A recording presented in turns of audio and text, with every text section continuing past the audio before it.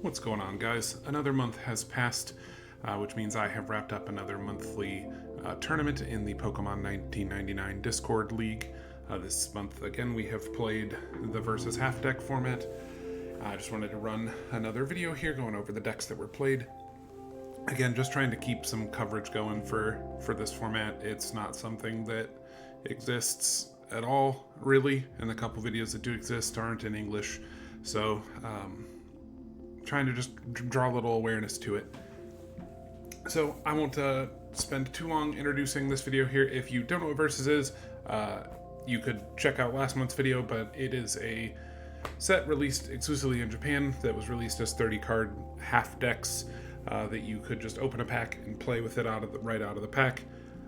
We, however, play like a constructed format where you use the whole card pool of that set to be able to build decks.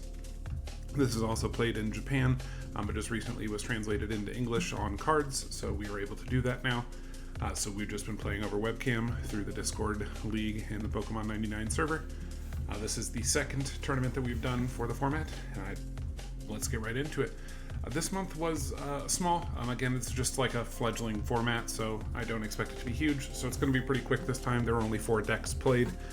That is the minimum amount you need to get League to fire. We just play a quick round robin. It's fine. But up first, then, we've got the 4th place deck. This is a kind of repeat from last month's deck. You'll see here this Tropical Breeze card is slightly discolored. That is just a replaced card from the list previously ran last month. This player played Faulkner's Togetic here, and that card really underperformed, so they switched into the Tropical Breeze. As I mentioned kind of before, the idea with this deck is just to like stall the game out, to just last as long as you can. You sit kind of behind the Jasmine Steelix, building up your defenses as long as you can. If you can get the double metal energy on there, taking 20 less damage from attacks. The bind attack can paralyze them, just to buy you extra turns. Whitney's Lickitung, not quite as good as Fossil Lickitung, but still has the potential to paralyze you with its first attack. Faulkner's Delibird is quickly becoming a staple in this league, or at least we're starting to think so. His package delivery power for 2 colorless puts him and all cards attached to him on top of your deck. Then you search your deck for a trainer card, put it in your hand, and then shuffle your deck. So you get to go up 3 cards, down a card, so you plus 2 cards. We have been finding that a lot of these games in this format, especially with like a stall deck, do come to tech out. So if you can sort of buy yourself 2 extra turns with a Delibird, you're feeling pretty good. Plus, because it shuffles the deck, you might even draw them again, which might mean you get extra turns on top of that. To extend that out further, there's Energy Charge, which on a heads flip will shuffle 2 energies back into your deck, which again sets you up 2 extra turns. And that's really the gist of like the Pokemon line and what they're for. Moo Moo Milk helps keep you in the game, as does Potion. You'll see that these are just kind of in all of the decks. The trainer pool is not deep in this format, so healing is very present, and you gotta respect it. And because of that, though, Warp Point is really relevant. You can sometimes be in a situation where you just can't get through a certain type of opponent, especially with the healing and things like that. With the metal energies, that is becoming like an increasingly successful strategy we found. So having the warp points to switch into something else that you could be attacking with is great, especially in this deck too, where Steelix has 4 retreat cost.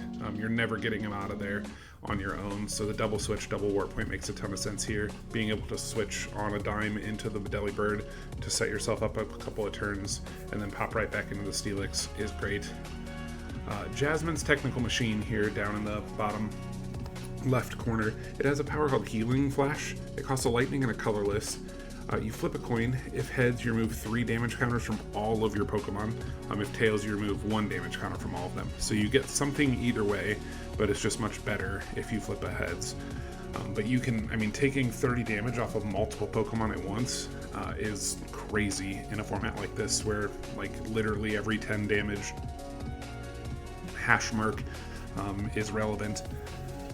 I think this deck is really cool. It's very annoying and it's hard to get over, but yeah, I think it's pretty good. Jasmine Steelix having grass resistance is really good too, as we're finding the grass cards tend to be are shaping up to be pretty good. Obviously, again, with the as far as we're concerned anyway, this format is like still sort of Wild West. You know, there are some players in Japan playing decks, and there are a lot of decks that we've seen pictures of, but they don't feel incredibly optimized, at least with what we've seen so far. They play with real cards over there, and this is an expensive format. So I imagine that there is some, like, just playing with what I can afford to have going on in some of those tournaments over there. So that doesn't surprise me if that's the case here, because we're playing with the English translated proxies. Everyone has everything, so we have less of that. So we're just kind of developing the meta as we go and seeing what kind of sticks. Second place here. This was the deck that I played. So as I mentioned with the last video, or with the last deck, and even the last video, the stall strategy is quite effective. It is very efficient at just keeping your guys alive. There's a lot of healing in this format. There's a lot with the metal energies. There's a lot of damage reduction. The Steelix has huge health. There's super scoop up. There's the Jasmine's machine that heals all your guys. There's a grass one that like bounces it back into your deck. There's the Faulkner's thing that bounces it back into your deck. There's a lot of ways to like shave damage off of a guy that's been damaged. So I set out this month to find a deck that could like punch hard enough to outrace that. And so that's where I came up with this deck. So Chuck's Primeape has Scratch for 10, but for a fighting in 2 colorless, he has Rage Kick, which on a heads flip does 20 plus 10 for each damage counter on him. So it could be 70, which is cool. To couple with that, I played Darkness Energy. I thought with this that I could sort of put the Darkness Energy on Primeape, build him up, like sit him in the back and have him sort of taking chip damage as we go, and then switch into him for like a big 70 damage, well, even 80 damage with the extra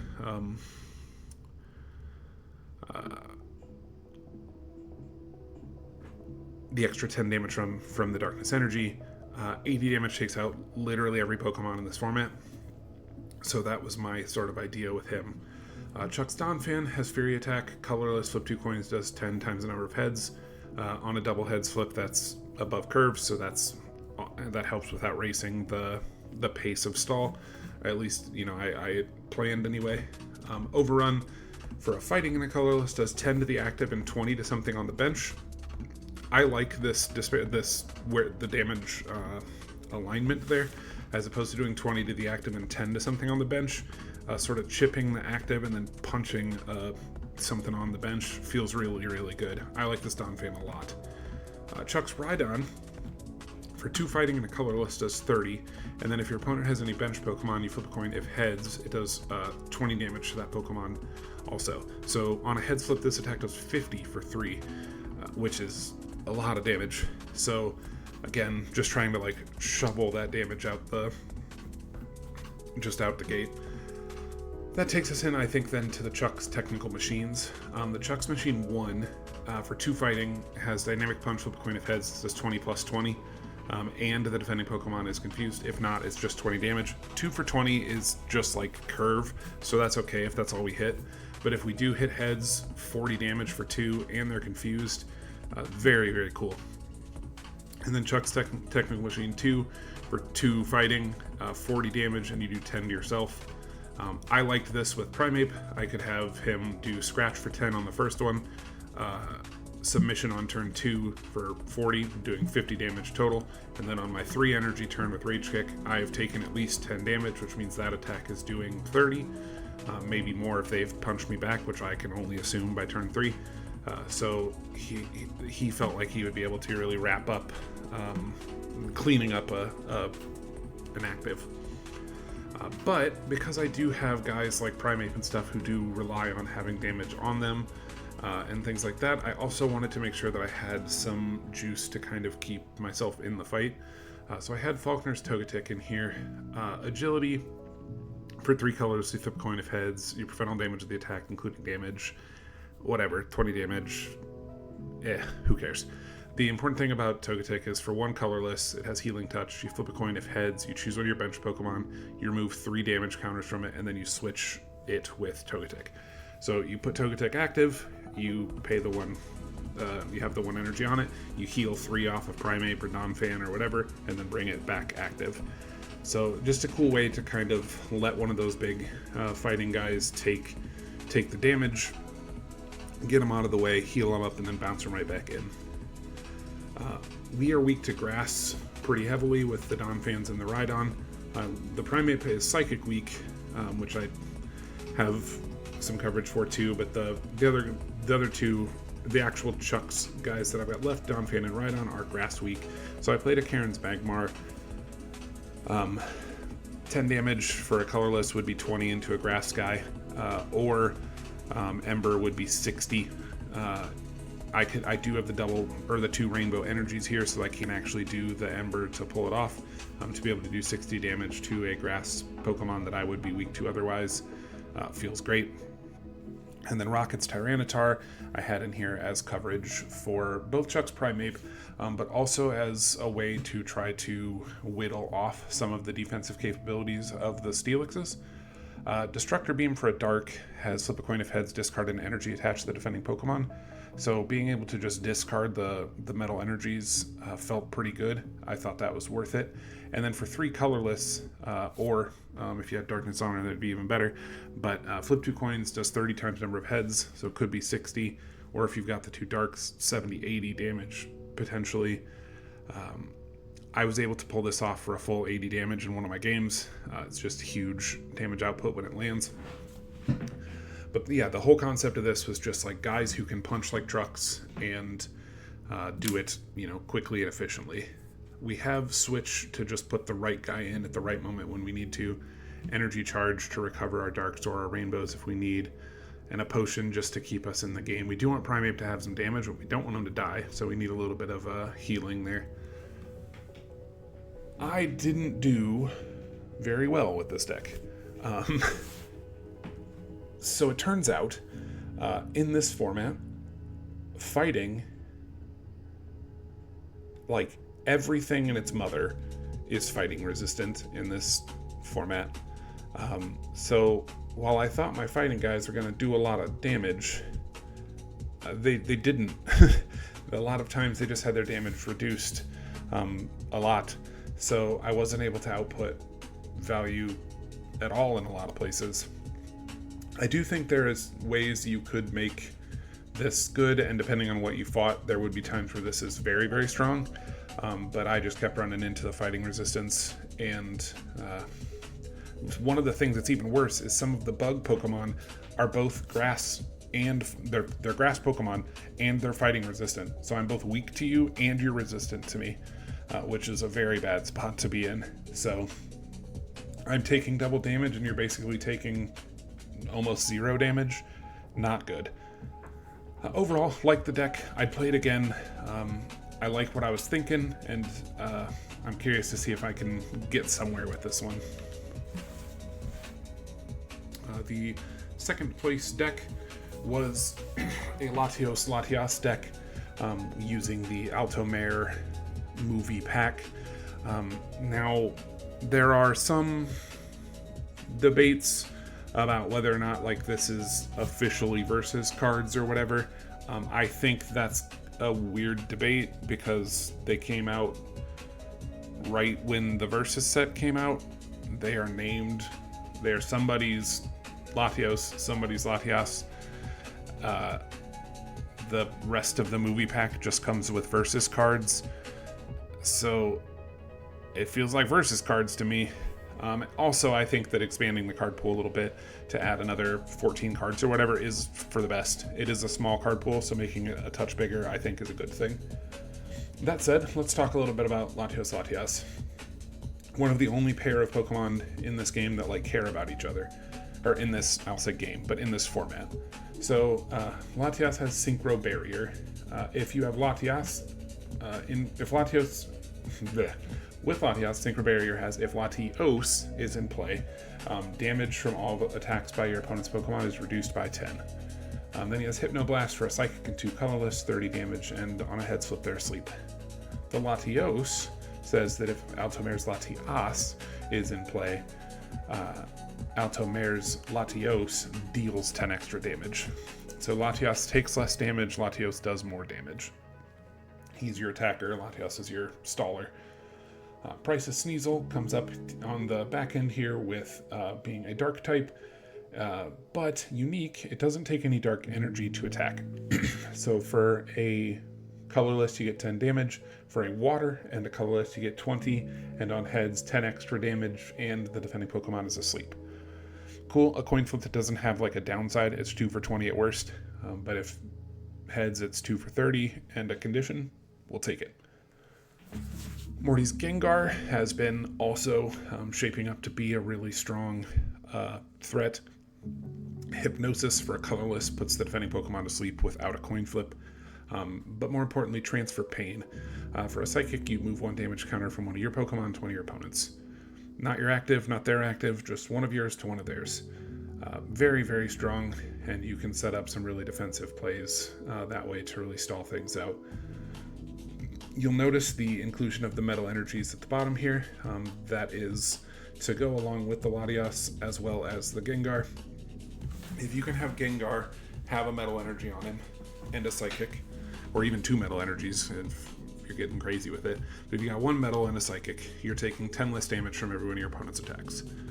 Then you aren't dealing damage, so you don't have to worry about the doing 10 less damage with your attacks. You're just moving a damage counter.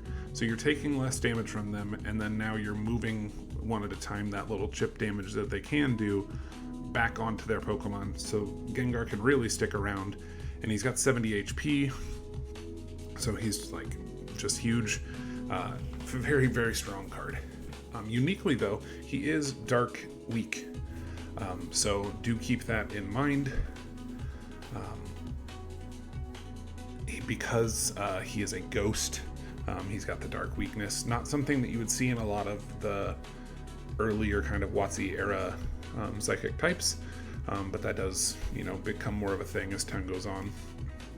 To keep the Latias alive, similarly to the Gengar, you can have Latias take 10 less damage with each Metal Energy on it, and 10 less for having a Latios in play. In a perfect world, you could be taking 30 less damage from every attack that targets Latias. Really good. As you can see from all of the damage on these cards, Hypnoblast does 30, Ice Claw maybe does 30. You could be taking 0 from all of these attacks. Nuts. Very, very, very good. Potion, obviously healing a little bit. Full heal, because you don't have full retreat characters in this. None of the Pokemon have retreat for free in this format, so full heal is very, very strong. Removing a special condition, which you couldn't do because you can't evolve, you can't retreat, or you can't, free sort of cycle retreat, is very helpful. That card is surprisingly powerful, and I think that it is bordering on a 2 of per deck, like mandatory at this point, but at least one. I would never not play at least one of them. Super Scoop Up as well. Like I said, with this deck being as defensive as it is, the Latias and the Gengar both can be really, really resistant to damage, and you can just let them take super tiny chip damage at a time. And when you do finally get to a point where you can't take any more, just put it back in your hand, start over again. It's very good. Moo Moo Milk along with the potions just helps keep them healed. Alright, final deck of this month's event. This was the first place deck, Janine's deck. So another one that was kind of going on this sort of stall-like strategy. As we're finding with the initial data of this format, the stall stuff works really well. There's a lot of healing, so the stall obviously makes a lot of sense. it's hard to outrace healing, right? So you instead have to we're finding that you have to find more interesting ways to kind of make the trades connect. But this deck worked really well this month. So the Venomoth for a grass has an attack to flip a coin if heads. The defending Pokemon is asleep, confused, paralyzed, or poisoned, your choice. Really cool to be able to just pick one of those conditions, whichever is like the most correct in the moment. Awesome. Razor Wind for 2 colorless can be 30 damage on a head slip or nothing. Not a great attack, but it is over curve if it hits, so sometimes it's worth trying. Especially if they're already poisoned or something like that and they're taking the damage in between turns. They could have taken 10 coming into your turn. You could do Razor Wind, miss, and then go into their turns. They'd take 10 more. They've still taken 20 between turns. It's like you did a regular 2 energy attack without even hitting. So it's fine. But if you do hit, they take 50, and that's, that might just kill some Pokemon, so, or KO them, sorry. Overall, I think the Venomoth is a cool card. The Beedrill has agility. For 2 colors, it does 10 damage. On a heads flip, you prevent all damage, all effective attacks, including damage, to Beedrill next turn. So just an incredible, stall move.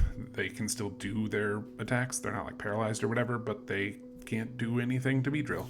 And unless they're playing Warp Point or Reversal and the Reversal flip connects, your Beedrill's going to stay there.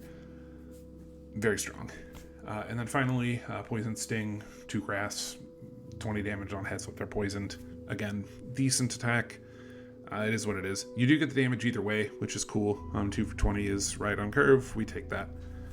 Smog for 2 grass on 20 with the Wheezing. Flip a coin if heads they're poisoned. Again, it's just like Poison Sting. Fine. Unless one of the things that I've mentioned is that full heal is really good. But with as many status conditions as this deck can inflict, you can find that you can burn through their full heals really effectively. And this is a good way to kind of just keep landing a status condition that they are forced to then deal with. And then finally, the Crobat. Supersonic, flip coin of heads, they're confused. It's whatever, fine effect. Forgettable, but fine. But the cool one with Crobat is he has for 3 colorless Spiral Dive. Without a coin flip, it just does 10 damage to all of your opponent's Pokemon. Don't apply weakness resistance, you just gotta overcome that. You just do straight 10 to every Pokemon they have. So with Crobat, you just leave him on the back.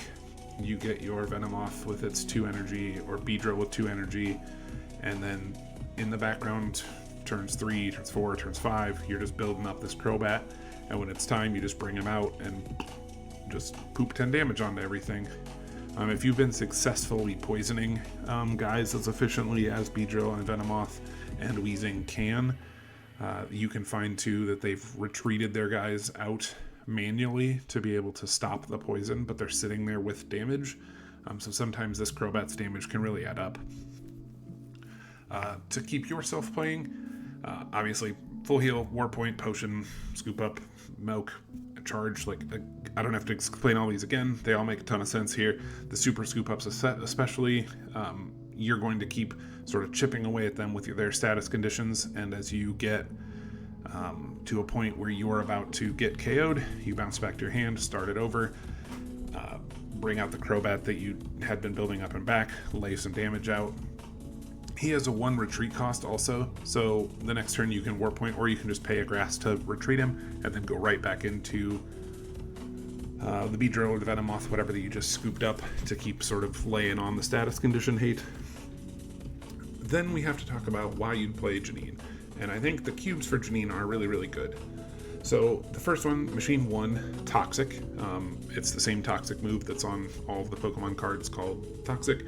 2 grass, they are poisoned, and they take 2 damage between turns instead of 1. So, like I said, you can be setting up these little status condition things. You can whittle away their full heals by inflicting enough of these early in the game, especially with Venomoth with its 1 energy attack, that you can then land a Toxic that actually sticks. Then Machine 2, for 2 grass, it does 30 damage and then has Disappear. You return this Pokemon and all energy cards attached to it into your deck. So you put a Pokemon and all the energy, which is at least 2 for this. Maybe you're at 3 if you're, if you built up the Crobat or whatever. And that, like I mentioned with the Delibird from before, just sort of sets you up a couple of extra turns. This deck does not do damage quickly, it just does damage efficiently over time. So you need to be able to kind of play the long game here, and being able to do 30 damage and then still retreat your guy away into your deck. You deny your opponent a prize, you get really close to taking a prize yourself with 30 damage off of this card, and then you're just set up with another attacker right afterward. Really, really good. All 6 of the Pokemon in this deck are Janine controlled, so the cubes work for all of them, which is great. Some decks you'll find that they've got like my deck had 3 Chuck's Pokemon and then 2 or 3 non-Chuck's Pokemon. So sometimes you'll find where you're not on the right trainer to get your cubes to always connect. But this deck, you never have to worry. All of them efficiently land both of these cubes. So very good. Overall, I am not shocked that this deck took first place.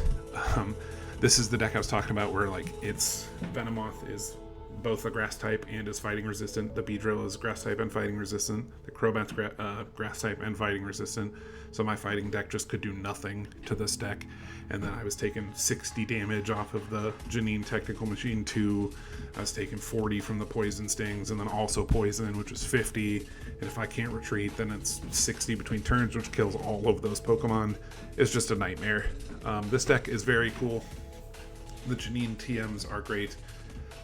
This month I'm on a Bugsy deck, and I think the Bugsy cubes are good too.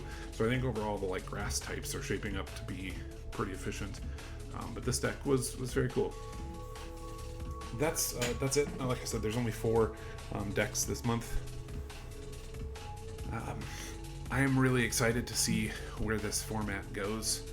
It's obvious. It makes a lot of sense that the kind of stall stuff connects this early in the development of the format, because there's a lot of healing. So until we figure out the right paths to overcoming that, the chess match just continues to be a long game, and that's okay. It just means that you've really got to grind it out and find the right wins when you can.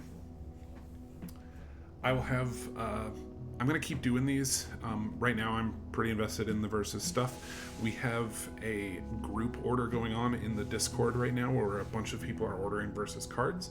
So in theory, fingers crossed, the September or maybe October versus league will be much bigger because way more people will have versus cards. Hoping that video will be really fun to do. But until then, thanks for hanging out. Thanks for watching. I know this is another half-hour long video, but appreciate your time. I love talking about versus. I think the format's very cool, and I think the decks are fun. See you next time.